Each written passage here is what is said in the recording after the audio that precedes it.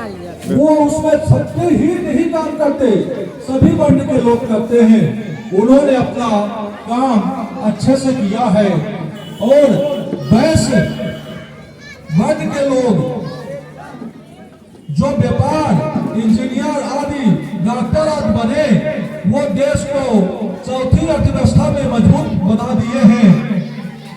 तो वैश्य वर्ण ने भी अच्छा कार्य किया है।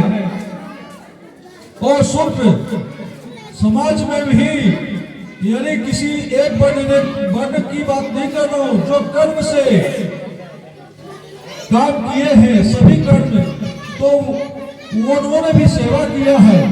लेकिन हमारे संस्कृति में हमारे गुरुकुल विद्यालय आदि नहीं बन पाए, जिसके कारण अगर 100 देशों की सूचियों में देखा जाए तो मेरा विद्यालय, यानी मेरा विश्वविद्यालयों की गिनती एक भी सूची में नहीं आती। तो मैं यहाँ के शिक्षक और शिक्षिकाओं से कहना चाहूंगा, अनुरोध करना चाहूंगा कि जो मेरा देश चरवाक, पतंजलि और पांडिल जैसे महापुरुष हुए हैं, अब क्या कारण है कि हमारा देश सोने के चिड़िया यानी ज्ञान लेने वाले यहाँ आते थे और हम लोगों का पतन होता जा रहा है। हम लोग अपने बच्चों को, यानी नन्हे मुन्ने बच्चों को सही राह नहीं दे पा रहे हैं, संस्कार नहीं दे पा रहे हैं। इसलिए इन कर्म से सभी ब्राह्मण हैं, तो इन्होंने अपना प्रयास करना ही छोड़ दिया है, यानी शिक्षकों ने। तो इसलिए मैं ये आग्रह करना चाहूंगा कि आप लोग अपनी, सभी लोग अपने ढंग से सेवाएं दें। और इसका मतलब ये नहीं है कि मैं कटाक्ष कर रहा हूं, इसलिए मैं कुछ कविता के माध्यम से मैं आपको कहना चाहूंगा, खासतौर से शिक्षकों को। ध्वज भारत का दुनिया में हमसे ही नित्य प्रबल होगा, ध्वज भारत का दुनिया में हमसे ही नित्य प्रबल होगा। हमसे ही आज हुआ है, हमसे ही कल होगा। कहता हूं मैं एक बात, जलते तपते सहराओं की हमसे ही बढ़ती है शोभा भारत की सीमाओं की। हिम शिखरों को लेकर गहरी गहरी नदियों तक अगर मजबूत जिनके पत्थर है, प्रगति के उच्च इमारत के, कहो गर्व के साथ हम भविष्य है नव भारत के, हम भविष्य है नव भारत के। इसलिए बच्चों में कहना चाहूंगा, समय कम है, लंबी मंजिल है, तुम्हें चलना होगा।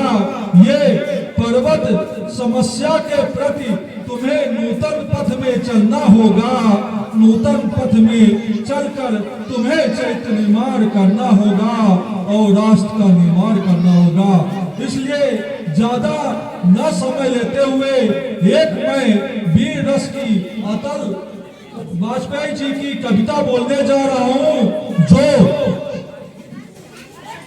आप लोग ध्यान पूर्वक सुने। भारत माता कोई भूमि का टुकड़ा नहीं है, वह जीता जागता एक राष्ट्र पुरुष है। दिल्ली एक दिल है, कश्मीर इसका मुकुट है, पंजाब और बंगाल इसके दो कंधे हैं, कन्याकुमारी इसके चरण हैं और इसके सागर इसका पांव पखारता है। चंद्रमा इसकी बाली है, पावक के काले मेघ इसके केस है।